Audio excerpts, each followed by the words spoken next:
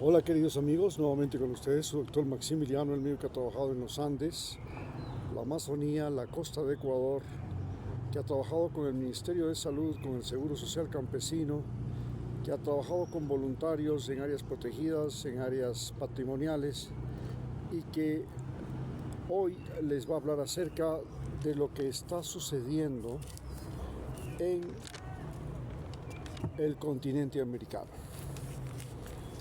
Estamos hablando entonces de cómo es en este momento la salud y vida en el continente americano, cuando en el continente americano estamos librando la denominada guerra al narcotráfico.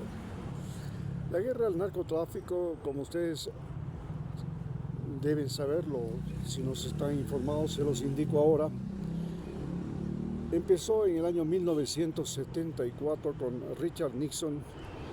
Y esto se produce por el impacto que tuvo en la sociedad norteamericana la guerra de Vietnam. La guerra de Vietnam no solo fue una derrota militar, sino una derrota moral. Los valores norteamericanos fueron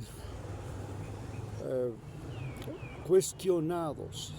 Algo similar a lo que está pasando en este momento, en que Estados Unidos se enfrenta a la posible guerra, a la posible derrota en Irán, y posiblemente eso significa que la sociedad norteamericana volverá a replantearse sus valores.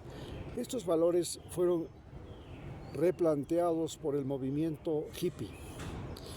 Era un movimiento contestatario al orden establecido en Estados Unidos, especialmente después de la Segunda Guerra Mundial. Y luego del gobierno de Nixon, llegó el gobierno de George Bush padre, llegó el de Richard Nixon, y le siguió el gobierno de Ronald Reagan. Con el gobierno de Ronald Reagan se produce la victoria de Estados Unidos en la Guerra Fría, y es en esta victoria de la Guerra Fría en 1992 que luego sigue George Bush padre, luego sigue otros presidentes, hasta que finalmente llegamos al año 2000. Y en el año 2000, cuando Estados Unidos pensaba que era intocable, era la superpotencia que había logrado derrotar a la Unión Soviética, de la noche a la mañana Bin Laden destruye las Torres Gemelas y Estados Unidos se da cuenta de que se enfrenta a una situación completamente inesperada. Crea entonces la denominada guerra al terrorismo, y George Bush llega a América Latina, especialmente a Ecuador y a Colombia, para declararle la guerra a las Autodefensas Unidas de Colombia, a las FARC, a las Fuerzas Armadas Revolucionarias de Colombia, y para lo cual trae consigo un plan denominado Plan Colombia. El Plan Colombia originalmente era para destruir a las FARC, pero luego se dijo, no, las FARC están autofinanciadas mediante el tráfico de drogas. ¿Es verdad o no era verdad que las FARC estaban autofinanciándose mediante el tráfico de drogas? Y efectivamente, en 1992 cae la Unión Soviética y Cuba entra en el periodo especial que se llama una situación crítica. No tenía ni para comer la gente, peor para enviar armas a las guerrillas latinoamericanas. Y las FARC también se encuentran en aprietos porque ya no tienen el subsidio de la Unión Soviética ni de Cuba. Y esto les obliga a utilizar el narcotráfico como mecanismo de autofinanciamiento, luego de que observaron que la CIA utilizó el narcotráfico para financiar a los contras en Nicaragua. Cuando Estados Unidos financió a los contras utilizando la cocaína colombiana, los de las FARC dijeron, ah no, pues si también nosotros también podemos financiarnos de la misma forma. Y es así como llegamos a este punto en el que los narcos comienzan a financiarse finalmente a partir de, sobre todo, el narcotráfico, porque también se financiaban a través del secuestro y la extorsión. Esto a su vez produce una reacción en la sociedad colombiana. Es decir, se puede decir que Estados Unidos comienza a convertirse en un narcoestado desde la guerra de Vietnam. Y entonces,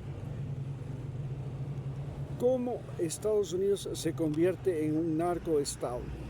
Se convierte en un narcoestado cuando comienza a utilizar el tráfico de drogas para financiar primero la guerra de Irán e Irak, segundo la guerra de los contras en Centroamérica contra los sandinistas, y finalmente cuando comienza a utilizar el narcotráfico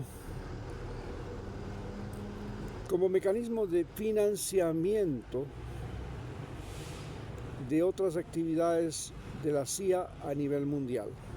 Así, el sudeste asiático, como Tailandia y otros, el denominado Triángulo Dorado, que era el mayor proveedor de cocaína, de heroína a los soldados norteamericanos durante la guerra de Vietnam, termina convertido en narcoestados.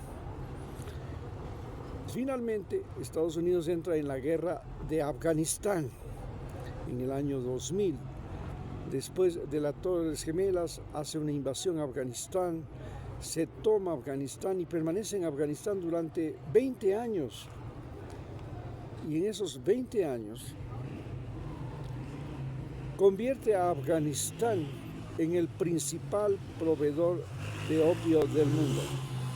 Ya Afganistán había sido el mayor proveedor de opio en el siglo XIX y su producción se vendía fundamentalmente a China.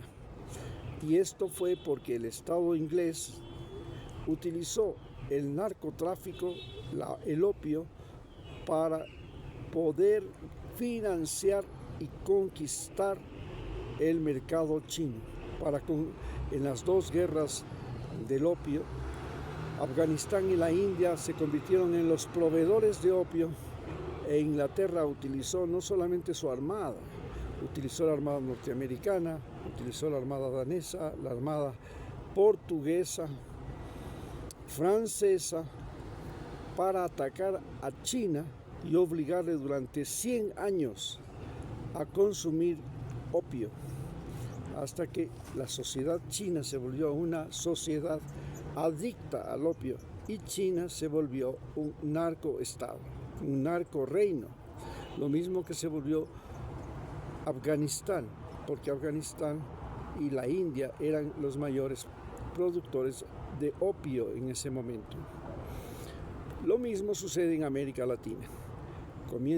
Estados Unidos convierte a Colombia en el mayor productor de cocaína y entonces la convierte comprando la cocaína que producía el cartel de Medellín, luego el cartel de Cali.